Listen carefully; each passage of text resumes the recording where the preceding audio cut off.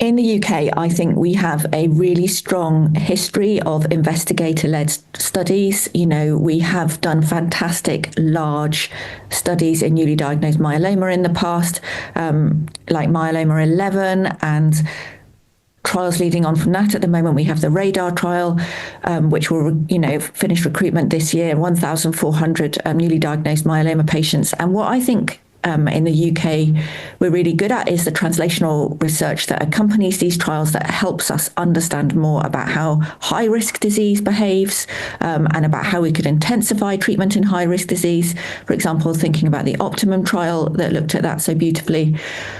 But the other thing that in the UK, I think we have some really interesting data coming out, will be around smoldering myeloma.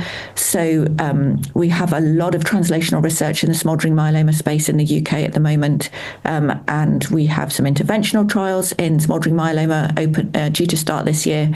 So we have a very exciting trial portfolio at the different disease stages in myeloma. And I think as clinicians in the field, we should be taking advantage of these trials, and in particular working to understand how we can use the translational science around that to improve our precision patient care and our precision diagnostics that we can roll out.